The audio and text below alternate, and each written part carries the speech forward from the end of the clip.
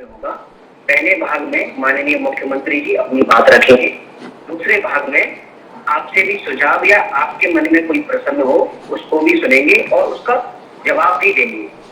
अभी मैं माननीय मुख्यमंत्री जी से अनुरोध करता हूं कि वो अपनी बात रखें। धन्यवाद।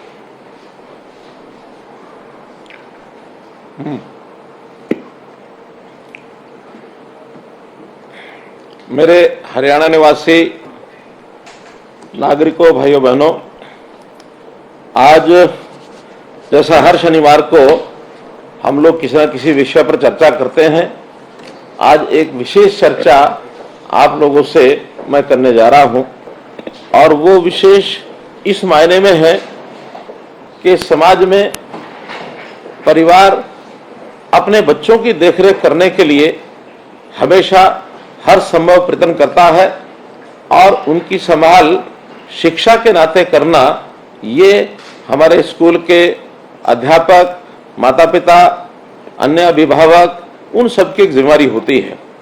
स्कूल अपना काम करते हैं, स्कूलों में, विद्यालयों में हमारे विद्यार्थी पढ़ने के लिए हम भेजते हैं, दाखिला लेते हैं, लेकिन केवल मात्र अध्यापकों की पढ़ाई तक ये विषय सीमित नहीं रहता। उन बच्चों की उचित देखभाल करने के लिए अन्य व्यवस्थाएं भी करनी होती हैं। हमारे यहाँ हरियाणा में जैसा हमको पता है कि लगभग 6 वर्ष से 18 वर्ष तक के 47-48 लाख बच्चे ये स्कूलों में पढ़ते हैं। 20 से 22 लाख प्राइवेट स्कूलों में हैं, इतने ही लगभग सरकारी स्कूलों में हैं। एक 3 से 4 लाख बच्चे ऐसे भी हैं जो शायद कुछ अनरिकॉग्नाइज्ड स्कूल हैं उनमें पढ़ते हैं, अथवा गुरुकुलों में, मदरसों में ऐसी कुछ व्यवस्थाओं में हैं जिनके बारे में ठीक से हमारे पास रजिस्ट्रेशन भी शायद नहीं है। और कुछ बच्चे ऐसे भी होते हैं जो अपनी पढ़ाई बीच में छोड़ देते हैं, जिनको ड्रॉप आउट कहते हैं। आखिर हमारी चिंता 6 से 18 साल तक के इन सब बच्चों की स्कूल शिक्षा विभाग की ओर से हमने उनके जिम्मे लगाया है कि एक एक परिवार में जाकर के इन बच्चों की वो जानकारी लें और लेकर के हर बच्चे की पढ़ाई, अच्छी व्यवस्था ये सुनिश्चित करें। विद्यालयों की व्यवस्थाएं सरकार के तौर पर बहुत सी व्यवस्थाएं बनाई जाती हैं। उन व्यवस्थाओं में उस प्रांगण का वातावरण कैसे हो, स्कूल की बिल्डिंग कैसी हो, वहां उस बिल्डिंग के अंदर शौचालय बने हुए हैं कि नहीं है, पीने के पानी की व्यवस्था है कि नहीं है, खेल का मैदान वहां है कि नहीं है, ड्यूअल डेस्क हर स्कूल में है या नहीं है, हर प्रकार का सिविल स्ट्रक्चर भी उचित हो, स्कूल के जाने का मार्ग ठीक हो, उसकी चारदीवारी हो। इन सब व्यवस्थाओं पर सरकार भले ही ध्यान देती है, लेकिन बहुत बार ऐसा ध्यान में आता है कि स्कूलों की संख्या बड़ी होने के नाते से, जैसा हमको पता है कि हरियाणा में सरकारी स्कूल ही अगर संख्या गिनते हैं तो लगभग 14,000 से ऊपर सरकारी स्कूल हैं। इतनी बड़ी संख्या में उन स्कूलों की देखरेख करना शायद सरकार के किसी अधिकारी के कंट्रोल में आना संभव नहीं है। तो इनकी देखरेख करने के लिए जो योजना बनाई गई है वो है स्कूल मैनेजमेंट कमिटीज, SMCs। और आज मैं जहां तक समझता हूं, मैं जिन लोगों से बातचीत कर रहा हूं, आप सब लोग ऐसे स्कूल मैनेजमेंट कमेटी के मेंबर्स, उनको सबको बुलाया गया है ताकि हम अपनी बातचीत इनसे कर सकें और आपसे अलग से कुछ सुझाव भी मिलेंगे तो उस पर भी हम पालन करेंगे। तो इन स्कूल मैनेजमेंट कमेटी में चाहे वहां हमारे बच्चों के माता पिता हों, अथवा अध्यापकों का प्रतिनिधित्व करने वाले कुछ अध्यापक हों, या जनप्रतिनिधि, उस गांव का जनप्रतिनिधि भी उसके अंदर हम शामिल करते हैं। ऐसे 10 से लेकर के और 15-16 तक की संख्या इन जो स्कूल मैनेजमेंट कमिटीज हैं इसके अंदर रखी जाती है। इसकी नियमित हम लोग बैठकें करते हैं और नियमित बैठकें करने के बाद वहां की व्यवस्थाओं को संभाल करने के लिए हमारी अपेक्षा है कि स्कूल मैनेजमेंट कमिटीज ये जो है प्रमुख रूप से जो काम करने की बात आती है, उन विद्यालयों की सब गतिविधियां उनका वो ध्यान रखें। बच्चों की परीक्षा जब होती है उस समय की संबंधी की जानकारियां वो भी रखें, और अभिभावक जो वहां हमारी मैनेजमेंट कमेटी के अतिरिक्त अभिभावक हैं उनको उसकी जानकारी भी दें। सब बच्चों की जानकारियां उन अभिभावकों तक कैसे पहुंचे, इनकी व्यवस्था वो लोग करें। और इस नाते से हम लोग ये सुनिश्चित करें कि उन बच्चों की पढ़ाई समुचित चल रही है कि नहीं चल रही है, अध्यापक अपना काम ठीक से कर रहे हैं कि नहीं कर रहे हैं, नियमित तौर पर अध्यापक उपस्थित होते हैं अथवा नहीं होते हैं तो बच्चों की उपस्थिति ली जाती है कि नहीं ली जाती है, बच्चे भी सब उपस्थित विद्यालय में पूरा समय के लिए हों, सभी उनकी जो कक्षाएं हैं उसको वो अटेंड करें। कहीं बीच में बच्चे छोड़ करके कई बार घरों में चले जाते हैं, वो भी ना जाएं। बच्चों का विकास के नाते से जैसे योग आदि की व्यवस्था है वो भी देखनी होती है। खेल में बच्चे कहीं अपना भाग लेते हैं कि नहीं लेते हैं। आखिर बच्चों के मानसिक विकास, बौद्धिक विकास के साथ साथ उनका शारीरिक विकास ये करना भी बहुत आवश्यक होता है। तो इस हिसाब से उन बच्चों को आगे बढ़ने के लिए जो गैर शैक्षणिक कार्य हैं उन कार्यों में भी बच्चों का विकास जो है वो जुड़ा होता है। बच्चों को पाठ्य पुस्तकें दी जाती हैं, डिपार्टमेंट की ओर से जो पाठ्य पुस्तकें निःशुल्क रूप में दी जाती हैं उनको मिली कि नहीं मिली हैं।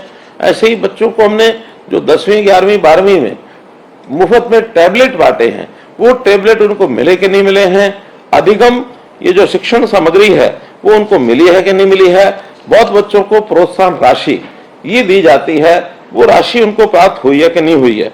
बच्चों की वर्दी वो उनको मिली है कि नहीं मिली है। विद्यालय में पुस्तकालय की व्यवस्था ये है या नहीं है, क्योंकि पुस्तकालय की व्यवस्था होना भी इसलिए अनिवार्य है कि बच्चे अपने सामान्य पढ़ाई के साथ साथ पुस्तकालय में अतिरिक्त ज्ञान के लिए उन पुस्तकों का कई बार उपयोग करते हैं। तो इस प्रकार से ऐसे बहुत से काम हैं जो बच्चों को पढ़ाई के साथ साथ उनकी व्यवस्था देखना, उनको ध्यान रखना, ये हमारा काम है। एक श्रेणी उसमें विकलांग बच्चों की भी आती है।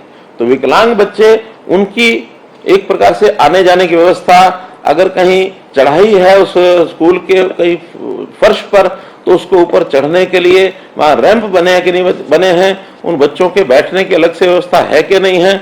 उनकी पढ़ाई भी कई बार विशेष चैलेंज जो बच्चे होते हैं उसकी पढ़ाई की व्यवस्था भी अलग प्रकार से करनी पड़ती है, वो उनको है कि नहीं है। बच्चों को मिड डे मील दिया जाता है, तो मिड डे मील भी बच्चों में इसका वितरण ठीक होता है कि नहीं होता है।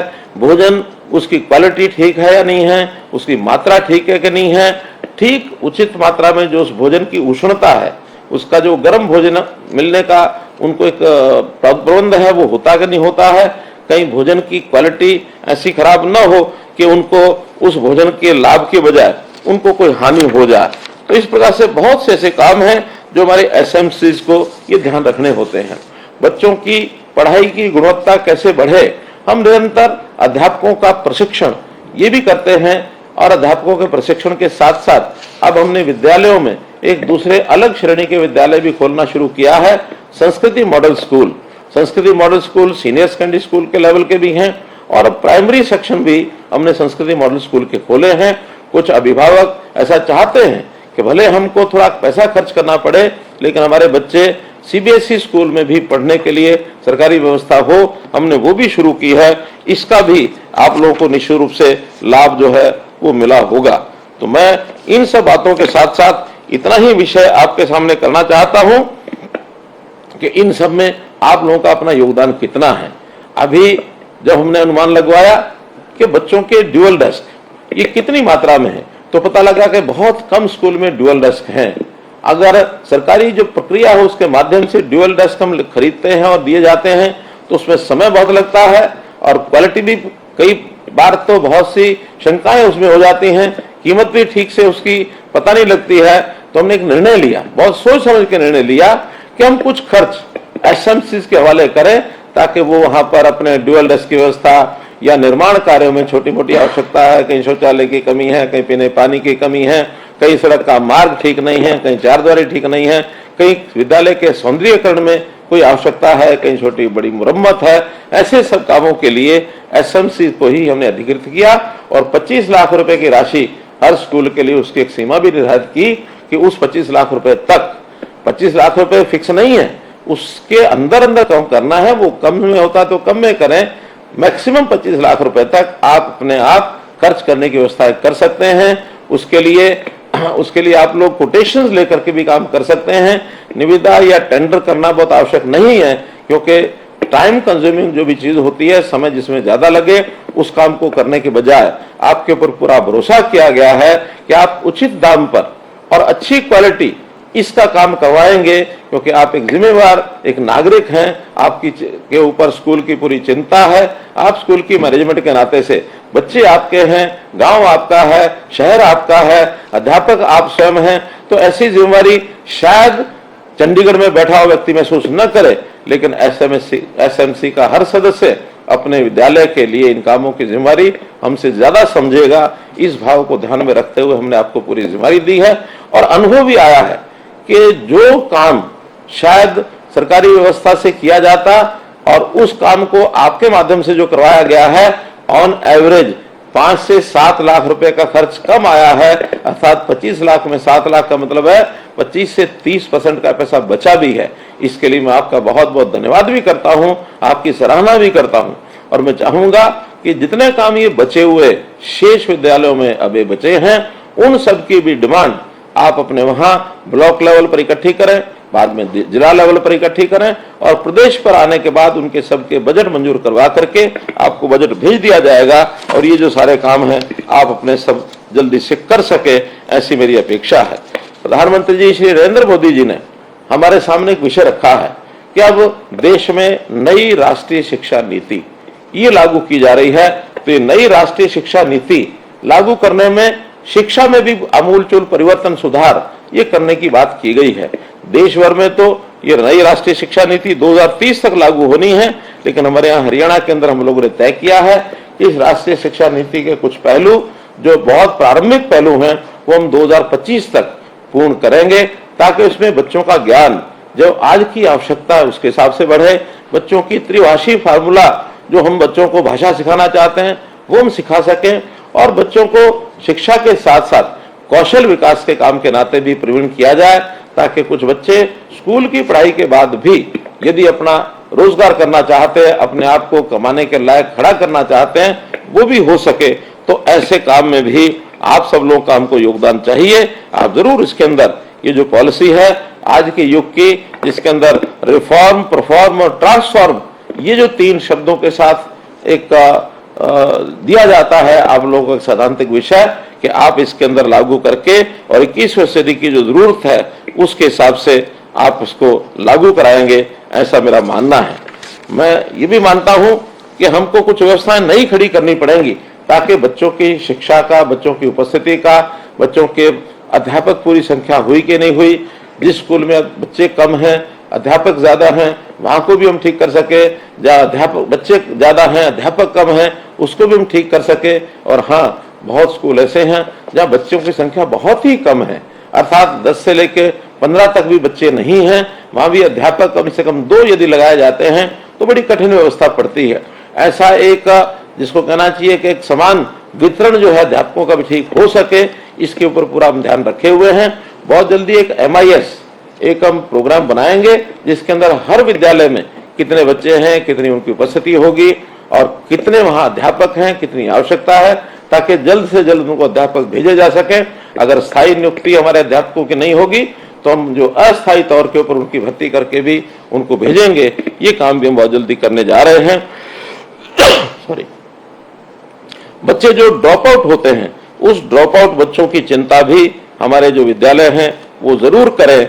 अगर ड्रॉप आउट के विद्यालयों की चिंता बच्चों की कर ली जाती है तो निश्चित रूप से कोई बच्चा हमारा वो बाहर न रहे, इस स्थिति तक हम आना चाहते हैं।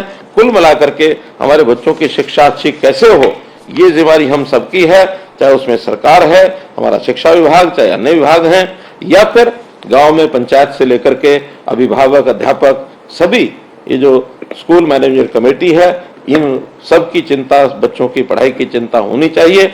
एक बच्चा यदि बचपन उसका संवर जाता है तो निश्चित रूप से आगे वो एक अच्छा नागरिक बनेगा। आज हम जिस युग में जी रहे हैं इस युग में माता पिता और अध्यापक सबकी चिंता बच्चों की पढ़ाई होनी चाहिए। मैं तो कम से कम अपने समय की बात बता सकता हूँ, आज से 50 साल पहले की, तब तो माता पिता को भी पता नहीं होता था कि बच्चे की पढ़ाई में क्या कमी है, क्या उनको ध्यान रखना है, कोई गाइडेंस उस समय मिलती नहीं थी। लेकिन आज बच्चों के माता पिता पढ़े लिखे होने के नाते से अध्यापक भी उसी प्रकार की जिम्मेदारी निभाते हैं। तो सब मिलकर के हम अपने बच्चों के प्रति जितनी जागरूकता रखेंगे और जितना उनको आगे बढ़ाएंगे, हमारा जो भविष्य है वो सुंदर बनेगा, हमारे बच्चे अच्छे होंगे, वो निश्चित रूप से हमारे नाम को भी आगे बढ़ाएंगे, आगे चल करके माता पिता के सहारा बनेंगे। तो इस सब बात को ध्यान में रखते हुए हम शिक्षा के ऊपर जितना भी ध्यान रख सकते हैं उतना ध्यान रखें और बच्चों की पढ़ाई के लिए आपके कोई भी सुझाव, कभी भी किसी प्रकार के कोई भी मांग, डिमांड अगर आती है उसको हम पूरा करेंगे। हमने इस बार जिन बच्चों के लिए जो स्कूलों की शिक्षा, जो स्कूलों के लिए प्रावधान आपको बताया है कि 25 लाख रुपया हर विद्यालय के लिए हम जो है रखने के लिए तैयार हैं। 14,000 विद्यालयों के लिए हम लगभग 3,500 करोड़ रुपए का खर्चा हम काफी इसमें किया है। जो बचा हुआ है उसको हम पूरा करेंगे तो इस वर्ष विद्यालय हमारे अच्छे बने, हम विद्यालयों की व्यवस्था को सुधारें, बच्चों की पढ़ाई का तरीका सुधारने के लिए सरकार भी सब काम कर रही है, इसमें हम सफल हो, आगे बढ़ें, यही आपसे निवेदन करते हुए आपका बहुत बहुत धन्यवाद, बहुत बहुत आभार। तो स्कूल इंफ्रास्ट्रक्चर की बात हो, मिड डे मील का जिक्र हो, या फिर किस तरह से जो शिक्षा की क्वालिटी है, गुणवत्ता है, उसको बेहतर किया जा सके प्राइमरी स्तर पर ही, इन तमाम चीजों का जिक्र मुख्यमंत्री मनोहर लाल ने अपने संबोधन में किया है। आपको बता दें कि हर शनिवार को सीएम मनोहर लाल किसी न किसी महत्वपूर्ण विषय को लेकर बातचीत करते हैं, चर्चा करते हैं, और इसी के तहत आज दरअसल स्कूल मैनेजमेंट को लेकर मुख्यमंत्री मनोहर लाल ने यह बातचीत की है। बच्चों को अच्छा मिड डे मील मिलना चाहिए, बच्चों की पढ़ाई की गुणवत्ता बढ़ाने पर जोर है, बच्चों को मुफ्त किताबें दी जा रही हैं, प्रोत्साहन राशि दी जाती है बच्चों को, विकलांग बच्चों की देखरेख करती है कमेटी, इस पर मुख्यमंत्री ने खासा जोर दिया है। कमेटी 25 लाख खर्च करती है। हरियाणा में 14,000 सरकारी स्कूल हैं, स्कूलों में बच्चों की देखभाल करना जरूरी है, अच्छी व्यवस्थाएं। कुल मिलाकर मुख्यमंत्री मनोहर लाल के संवाद का अर्थार्थ यह है कि किस तरह से छोटे पर से बच्चों को अच्छी शिक्षा मिले, स्कूल में तमाम व्यवस्थाएं सुविधाएं मौजूद हो, ताकि नींव मजबूत हो, ताकि आने वाले वक्त में वो बच्चे जो बड़े होकर इस देश का भविष्य बनेंगे वो सुदृढ़ हो, मजबूत हो।